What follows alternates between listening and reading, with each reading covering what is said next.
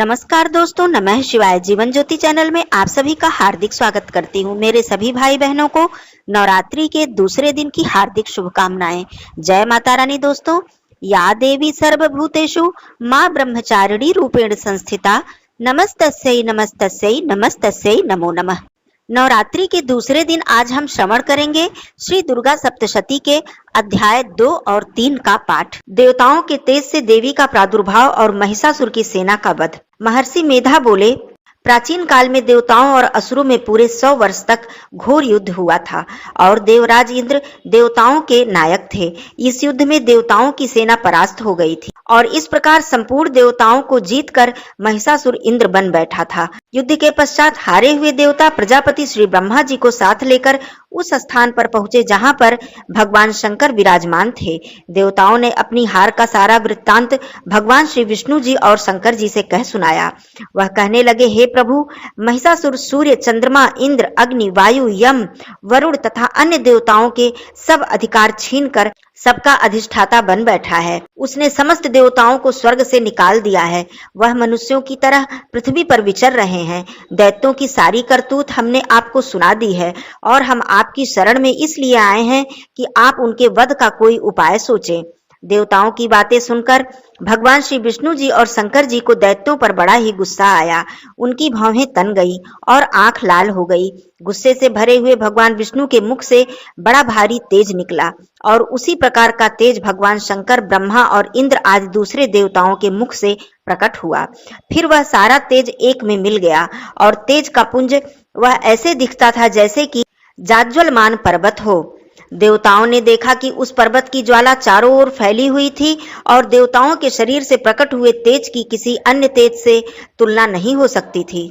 एक स्थान पर इकट्ठा होने पर यह तेज एक देवी के रूप में परिवर्तित हो गया और अपने प्रकाश से तीनों लोकों में व्याप्त जान पड़ा। वह भगवान शंकर का तेज था। उससे देवी का मुख प्रकट हुआ। यमराज के तेज से उसके सिर के बाल बने। भगवान विष्णु के तेज से उसकी भुजाएं बनी। चंद्रमा के तेज से दोनों स्तन और इंद्र के तेज से जंघा तथा पिंडली बनी और पृथ्वी के तेज से नितंब भाग बना। ब्रह्मा के तेज से दोनों चरण और सूर्य के तेज से उनकी अंगुलियां पैदा हुई। वसुओं के तेज से हाथों की उंगलियां एवं कुबेर के तेज से नासिका बनी। प्रजापति के तेज से उनके दांत और अग्नि के तेज से उनके नेत्र बने। संध्या के तेज से उनकी भौहें और वायु के तेज से उनके कान प्रकट हुए। इस प्रकार उस देवी का प्रादुर्भाव हुआ था। महिषासुर से पराजित देवता उस देवी को देखकर अत्यंत ही प्रसन्न हुए। भगवान शंकर ने अपने त्रिशूल में से एक त्रिशूल निकालकर उस देवी को दिया और भगवान विष्णु ने अपने चक्र में से एक चक्र निकालकर उस देवी को दिया। वरुण ने अपने चक्र में से एक चक्र निकालकर उस देवी को दिया। वरुण ने देवी को शंख भेंट किया। अग्नि ने इन्हें शक्ति दी। वायु ने इन्हें धनुष और बाण दिए। सहस्त्र नेत्रों वाले श्री देवराज इंद्र ने उन्हें अपने वज्र से उत्पन्न करके वज्र दिया और ऐरावत हाथी का एक घंटा उतार कर देवी को भेंट किया गया। यमराज ने उन्हें कालदंड में से एक दंड दिया। वरुण ने उन्हें पाश दिया। प्रजापति ने उस देवी को स्फटिक की माला दी और ब्रह्मा जी ने उन्हें कमंडल दिया। सूर्य ने देवी के समस्त रोमों में अपनी किरणों का तेज भर दिया।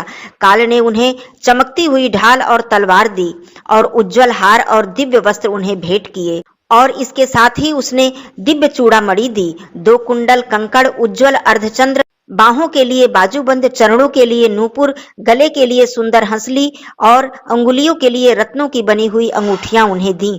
विश्वकर्मा ने उनको फरसा दिया।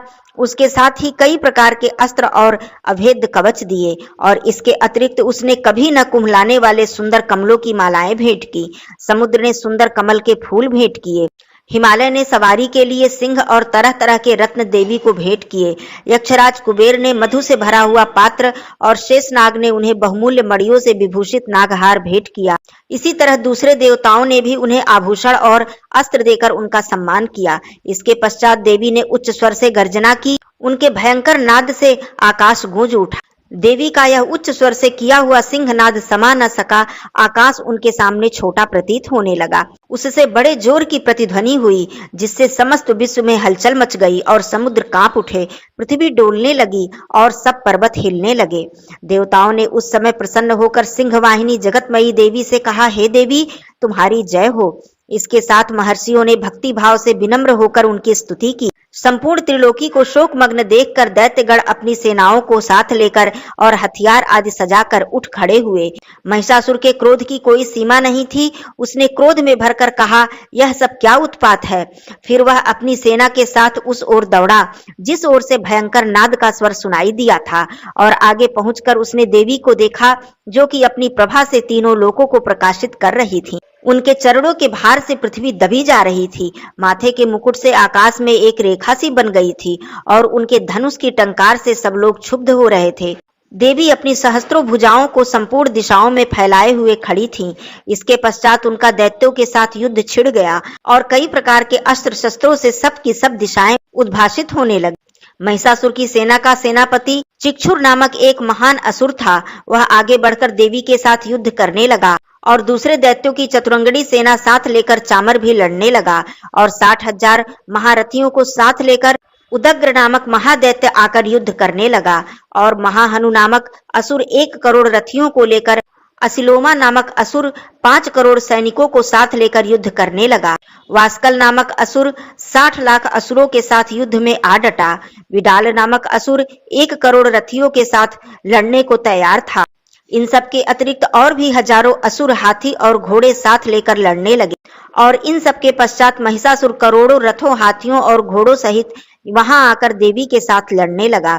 सभी असुर तोमर, भिंदीपाल, शक्ति, मूसल, खड्गों, फरसों, पट्टियों के साथ रणभूमि में देवी के साथ युद्ध करने लगे।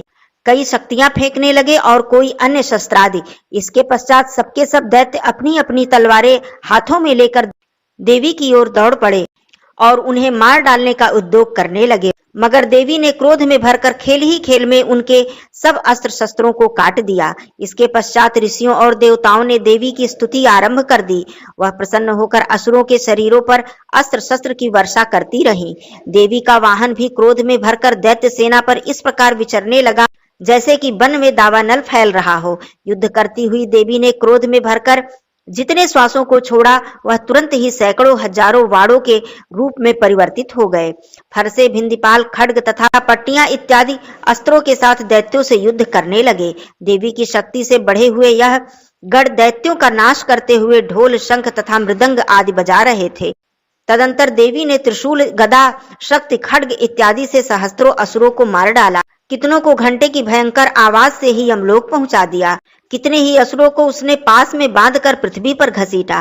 कितनों को अपनी तलवार से टुकड़े टुकड़े कर दिए और कितनों की गदा की चोट से धरती पर सुला दिया। कई दैत्य मूसल की मार से घायल होकर रक्त वमन करने लगे और कई शूल से छाती फट जाने के कारण पृथ्वी पर लेट गए और कितनों की बाण से कमर टूट गई। देवताओं को पीड़ा देने वाले दैत्य कट कट कर मरने लगे। कितनों की बाहें अलग हो गईं, कितनों की ग्रीवाएं कट गईं, कितनों के सिर कट गए, दूर भूमि पर लुढ़क गए। कितनों के शरीर बीच में से कट गए और कितनों की जंघाएं कट गईं और वह पृथ्वी पर गिर पड़े। कितने ही सिरों और पैरों के कटने पर भूमि पर से उठ खड़े हुए और शस्त्र हाथ में लेकर देवी से लड़ने लगे और कई दैत्यगण भूमि में बाजों की ध्वनि के साथ नाच रहे थे। कई असुर जिनके सिर कट चुके थे बिना सिर के धड़ से ही हाथ में तलवार लिए लड़ रहे थे। दैत्य रह रहकर ठहरो ठहरो कहते हुए देवी को युद्ध के लिए ललकार रहे थे। जहां पर यह घोर संग्राम हुआ था वहां की भूमि रथ, हाथी, घोड़े और असुरों की लाशों से भर गई थी और असुर सेना के बीच में रक्तपात होने के कारण रुधिर की नदियां बह रही थीं और इस तरह देवी ने असुरों की विशाल सेना को क्षण भर में इस तरह से नष्ट कर डाला जैसे तृण काष्ठ के बड़े समूह को अग्नि नष्ट कर डालती है। और देवी का सिंह भी गर्दन हिलाता हुआ बड़ा शब्द करता हुआ असुरों के शरीरों से मानो उनके प्राणों को ढूंढ रहा था। वहां देवी के गढ़ों ने जब दैत्यों के साथ युद्ध किया तो देवताओं ने प्रसन्न होकर आकाश से उन पर पुष्पों की वर्षा की। श्री मार्कंडेय पुराणे सावर्णिके मन्वंतरे देवी महात्म्ये महिषासुर सैन्य वधो नाम द्वितीयो अध्याय संपूर्णम। अध्याय 3, सेनापतियों सहित महिषासुर का वध। महर्षि मेधा ने कहा, महिषासुर की सेना नष्ट होती देख उस सेना का सेनापति चिक्षुर क्रोध में भर देवी के साथ युद्ध करने के लिए आगे बढ़ा। वह देवी पर इस प्रकार बाणों की वर्षा करने लगा मानो सुमेरु पर्वत पानी की धार बरसा रहा हो। इस प्रकार देवी ने अपने बाणों से उसके बाणों को काट डाला तथा उसके घोड़ों व सारथी को मार दिया। साथ ही उसके धनुष और उसकी अत्यंत ऊंची ध्वजा को भी काट कर नीचे गिरा दिया। उसका धनुष कट जाने के पश्चात उसके शरीर के अंगों को भी अपने बाणों से बींध दिया। धनुष, घोड़ों और सारथी के नष्ट हो जाने पर वह असुर ढाल और तलवार लेकर देवी की तरफ आया।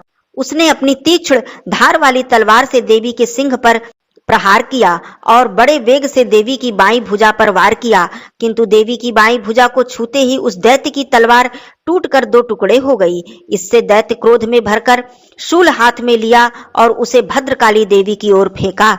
देवी की ओर आता हुआ वह शूल आकाश से गिरते ही सूर्य के समान प्रज्वलित हो उठा। उस शूल को अपनी ओर आते हुए देखकर देवी ने भी शूल छोड़ा और महाअसुर के शूल के 100 टुकड़े कर दिए और साथ ही महाअसुर के प्राण भी हर लिए। चिक्षुर के मरने पर देवताओं को दुख देने वाला चामर नामक दैत्य हाथी पर सवार होकर देवी से लड़ने के लिए आया और उसने आने के साथ ही शक्ति से प्रहार किया, किंतु देवी ने अपनी हुंकार से ही उसे तोड़कर पृथ्वी पर डाल दिया।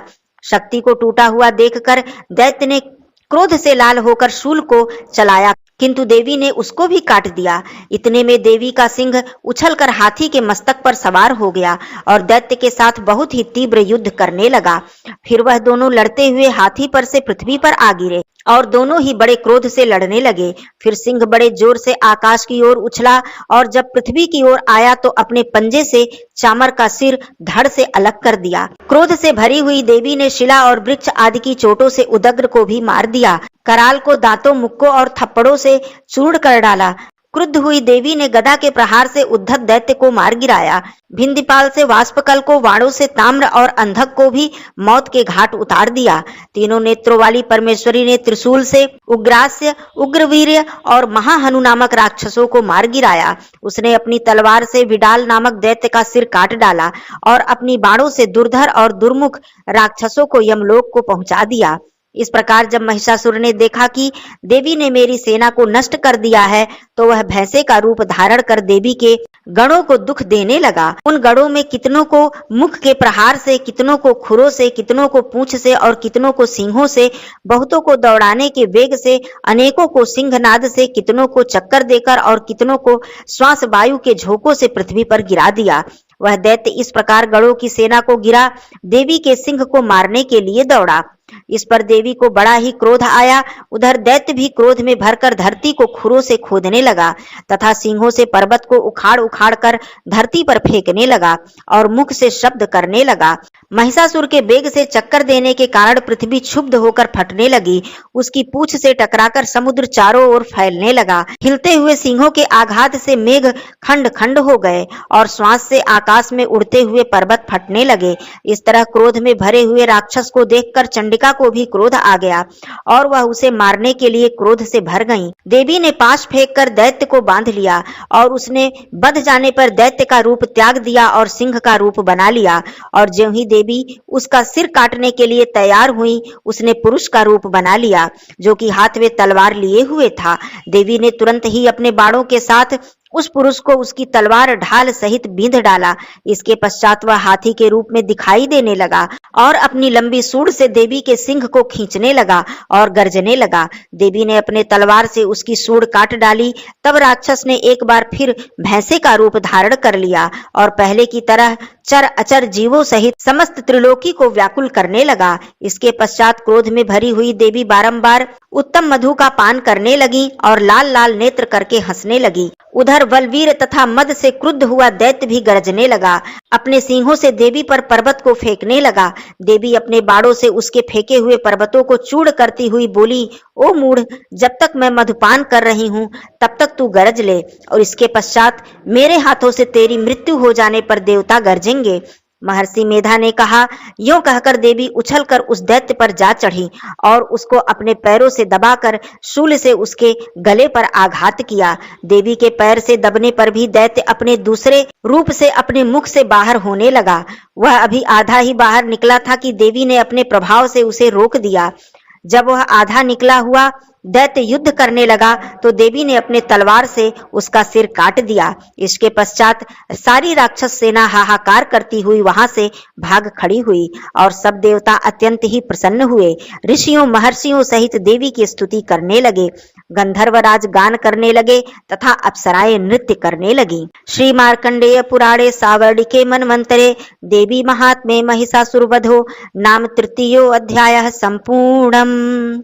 जय अम्बे गौरी मैया जय श्यामा गौरी, तुमको निश दिन ध्यावत हरि ब्रह्मा शिवरी। ओम जय अम्बे गौरी, मांग सिंदूर विराजत टीको मृग मद को, उज्ज्वल से दो नैना चंद्र बदन नीको।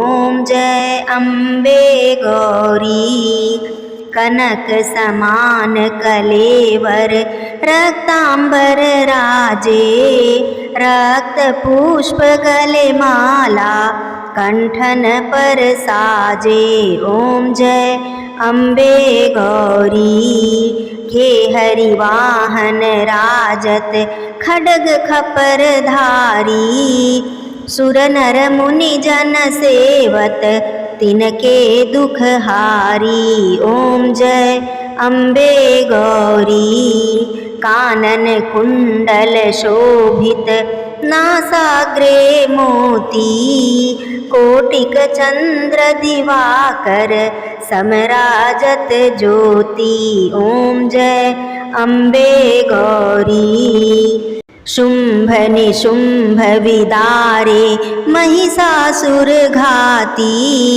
धूम्र विलोचन नैना निश दिन मद माती। ओम जय अम्बे गौरी, चंड मुंड संहारे शोणित बीज हरे, मधुकैटभ दो मारे सुर भयहीन करे। ओम जय अम्बे गौरी, ब्रह्माणी रुद्राणी तुम कमला रानी, आगम निगम बखानी तुम शिव पट रानी। ओम जय अम्बे गौरी, 64 योगिनी गावत नित्य करत भैरो, बाजत ताल मृदंगा अरु बाजत डमरू। ओम जय अम्बे गौरी, तुम ही जगत की माता तुम ही हो भरता, भक्तन की दुख हरता सुख संपत्ति करता। ओम जय अम्बे गौरी, भुजाचार अति शोभित वर मुद्राधारी, मन वांछित फल पावत सेवत नर नारी। ओम जय अम्बे गौरी, कंचन थाल विराजत अगर कपूर बाती, श्रीमाल के तुम्हें राजत कोटि रतन ज्योति। ओम जय अम्बे गौरी, ओम जय अम्बे गौरी मैया जय श्यामा गौरी, तुमको निश दिन ध्यावत हरि ब्रह्मा शिवरी। ओम जय अम्बे गौरी। प्रेम से बोलिए माता रानी की जय। धन्यवाद दोस्तों। नमः शिवाय। हर हर महादेव।